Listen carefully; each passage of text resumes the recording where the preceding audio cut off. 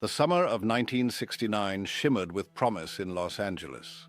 The counterculture was in full swing, and peace and love seemed to float on the warm California breeze. But in the shadows of the Hollywood hills, a darkness was growing, one that would shatter the dream of the 60s and leave an indelible mark on American culture. At its center was a failed musician with intense dark eyes and an uncanny ability to draw others into his orbit. His name was Charles Manson. He could be anything he wanted to be. He was a chameleon, recalled Catherine Scher, one of Manson's followers. He could be Christ, he could be God, he could be the devil. Whatever worked. This chameleon-like quality would prove to be one of Manson's most dangerous weapons, allowing him to shapeshift between guru and demon, father figure and manipulator, as he built his infamous family. Born Charles Mills Maddox on November 12, 1934, in Cincinnati, Ohio, Manson's early life was a study in abandonment and institutional failure. His mother, Kathleen Maddox, was just 16 when she gave birth to him, and his father was listed as unknown on his birth certificate. Kathleen, who would later be imprisoned for armed robbery, shuttled young Charles between relatives and reform schools, creating a pattern of instability that would mark his entire life. By age 13, Manson had already begun his long relationship with the criminal justice system, rotating through a series of juvenile facilities. In these institutions, he learned not rehabilitation, but refined his skills in manipulation and violence.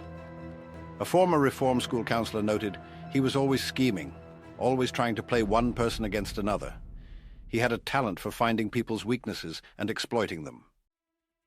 The 1960s found Manson in his late 20s, fresh out of prison and entering a world in the midst of massive social upheaval.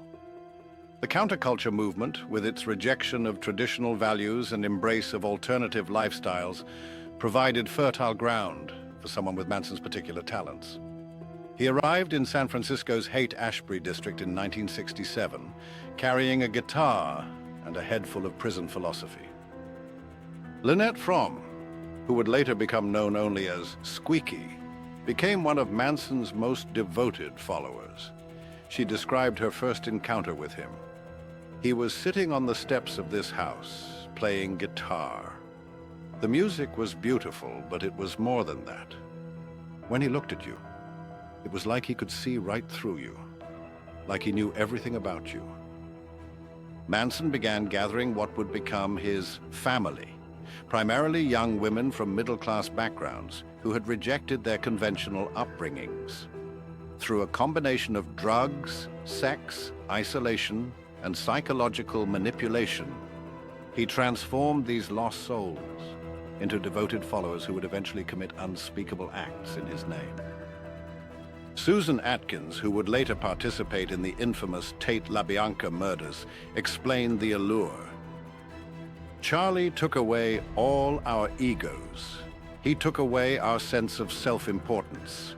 He made us feel like we were part of something bigger than ourselves. This something bigger would turn out to be Manson's apocalyptic vision of helter-skelter, a race war he believed would be triggered by carefully orchestrated murders. The family settled at Spahn Ranch, an old movie ranch in the San Fernando Valley. George Spahn, the elderly owner, allowed them to stay in exchange for work and female companionship. It was here that Manson's control over his followers reached its peak, and his violent fantasies began to take shape. Charlie would talk for hours about the Beatles' White Album, recalled Paul Watkins, a former family member who later testified against Manson. He said they were speaking directly to us, that helter-skelter was coming, and we had to prepare. Manson's interpretation of the Beatles' lyrics became increasingly paranoid and violent, weaving together elements of Christianity, Scientology, and race war theory into a toxic, apocalyptic vision. 2 days later, on August 8th, The oppressive Los Angeles heat had barely begun to dissipate when Manson called another meeting. Susan Atkins, nicknamed Sadie, had spent the afternoon washing the group's dark clothing, a detail that would later prove significant to investigators. Linda Kasabian, the newest member of the group, was nursing her infant daughter. Patricia Krenwinkel was preparing dinner with other family members when Manson summoned her. Charles Tex Watson was working on the ranch's vehicles.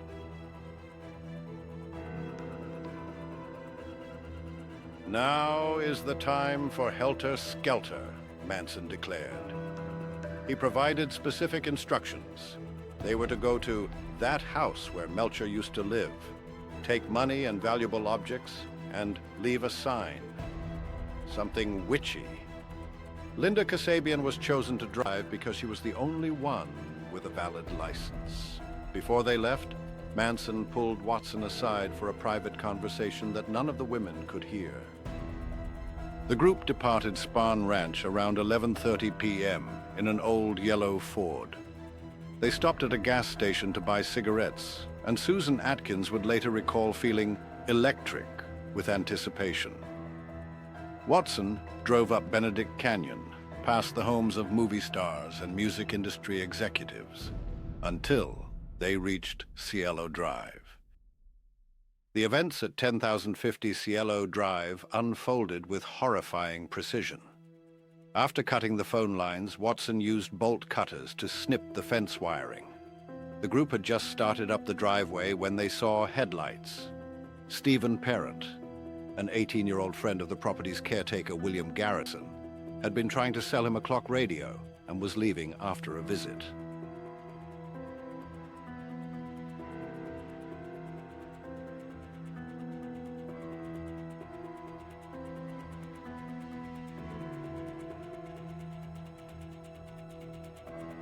The killers then approached the main house.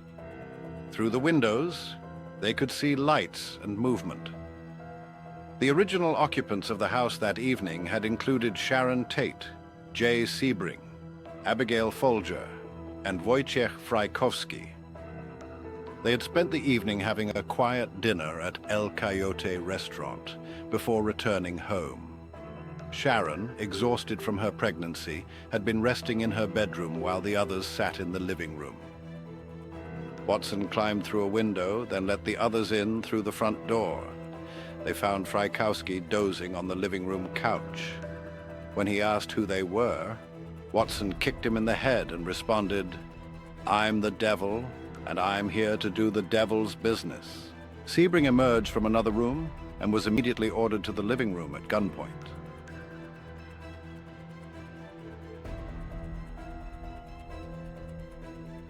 The next moments were chaos. Watson began tying Tate and Sebring together with a leather thong, looping it over a ceiling beam. When Sebring protested the rough treatment of the pregnant Tate, Watson shot him. The gunshot seemed to trigger an explosion of violence. Frykowski, his hands bound with a towel, managed to shake free and began struggling with Susan Atkins. She stabbed him repeatedly in the legs with the knife she was carrying. Abigail Folger, seeing an opportunity, ran from the house through a bedroom door. Frykowski, despite multiple stab wounds, also made it outside. Patricia Krenwinkel chased Folger across the lawn, catching up with her near a hedge. Krenwinkel began stabbing her. Watson, who had followed, joined in the attack. In total, Folger was stabbed 28 times. Meanwhile, Frykowski was struggling across the lawn, screaming for help. Watson caught up with him and struck him multiple times with the gun butt before stabbing him.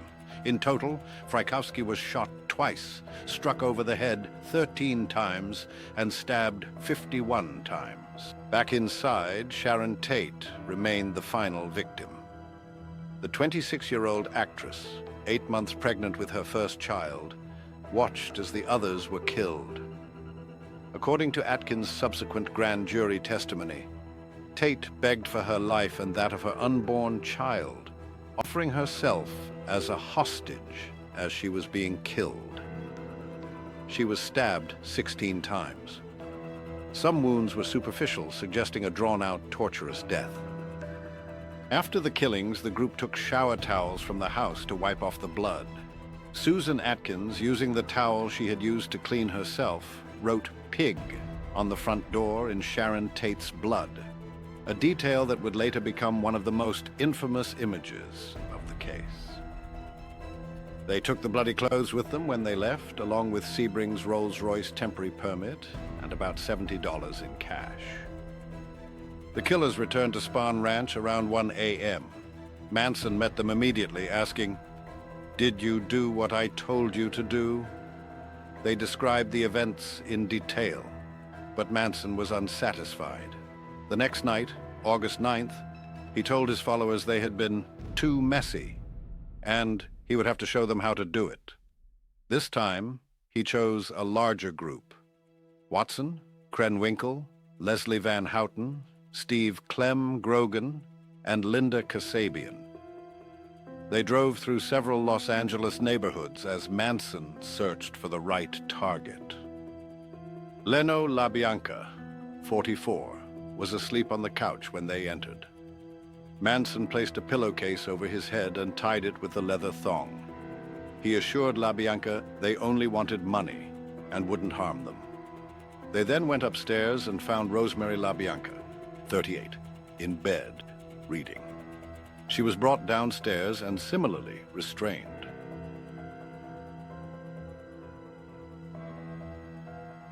Using a chrome-plated bayonet, Watson began stabbing Leno LaBianca. According to his later admissions, he carved the word "war" into LaBianca's stomach. A fork taken from the kitchen was used to repeatedly stab LaBianca and was left protruding from his abdomen. The autopsy would later reveal 12 stab wounds and 14 puncture wounds. Upstairs, Rosemary LaBianca could hear her husband's murder taking place. She tried desperately to escape, managing to grab a lamp and swing it at her attackers. Leslie Van Houten, who had never participated in murder before, held Mrs. LaBianca down while Patricia Krenwinkel stabbed her. According to Van Houten's later testimony, Krenwinkel couldn't handle the physical struggle and called for Watson's help. After the killings, the group wiped down surfaces for fingerprints, something they had failed to do at the Tate house. They took showers in the LaBianca's bathroom and helped themselves to food from the refrigerator. Krenwinkel used blood to write "Death to Pigs" and "Rise" on the walls. In what would become one of the most notorious details of the case, she also wrote "Helter Skelter," misspelling Helter, on the refrigerator door. Roman Polanski, returning from Europe to find his wife and unborn child murdered, told reporters, "In the last few years, we have sung about love and peace, but no period in the history of man has been so bloody. I no longer know what to think about human nature." His words echoed the sentiments of a city, and soon, a nation, struggling to comprehend the senseless brutality. The investigation and subsequent arrests revealed the full horror of Manson's control over his followers. The accused killers appeared to show no remorse. Instead, they seemed proud of their actions. During their arraignment, they sang Manson's songs in the courtroom. Susan Atkins blew kisses to the press. Patricia Krenwinkel called out, "Your whole system is a game," to the judge. Vincent Bugliosi, the prosecutor who would eventually secure convictions against Manson and his followers, faced the challenge of proving Manson's culpability despite never having been present at the murder scenes. His strategy focused on demonstrating Manson's absolute control over his followers. Manson's philosophy, Bugliosi explained in his opening statement, was that his followers should surrender their egos to him, and he would then tell them what to do and think. The prosecution's case was built on testimony from Linda Kasabian, who had been present at both murder scenes, but had not participated in the killings. Protected by immunity, she provided devastating details about Manson's instructions and the killer's actions. The words that Charlie used, she testified, were that we were going to go out and kill the pigs. Her testimony was supported by physical evidence and corroborating witnesses, including former family members who described Manson's teachings about helter-skelter. As the trial progressed, Bugliosi methodically dismantled the defense's attempts to present Manson as a harmless hippie guru. He demonstrated how Manson had studied Dale Carnegie's methods of influencing people while in prison, how he had used sex and drugs to break down his followers' resistance, and how he had gradually introduced violence into their daily lives. The prosecutor would later describe, "These murders were probably the most bizarre, savage, nightmarish murders in the recorded annals of crime." But even more shocking than the murders themselves was the reason why they were committed. All the while, Manson's antics continued. He transformed the courtroom into his personal stage, carved an X into his forehead, later changed to a swastika, made threatening gestures at the judge, and attempted to leap across the defense table at one point. His female followers maintained a vigil outside the courthouse, their heads shaved. Manson died in prison on November 19, 2017, at the age of 83. Even in death, he remained a source of fascination and horror, a mirror reflecting America's darkest impulses back at itself. "I'm nobody. I'm a tramp, a bum, a hobo," he once said. "I'm the scraggiest phantom in the opera. I'm the blind man at the gate. I'm the killer, and I'm the killer of killers. I am what you made me."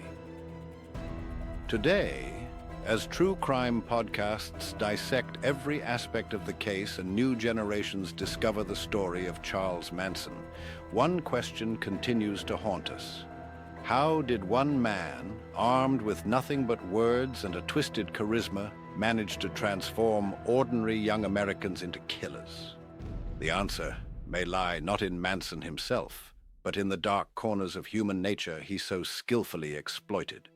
Corners that still exist, waiting for the next charismatic figure to emerge from the shadows of our collective psyche.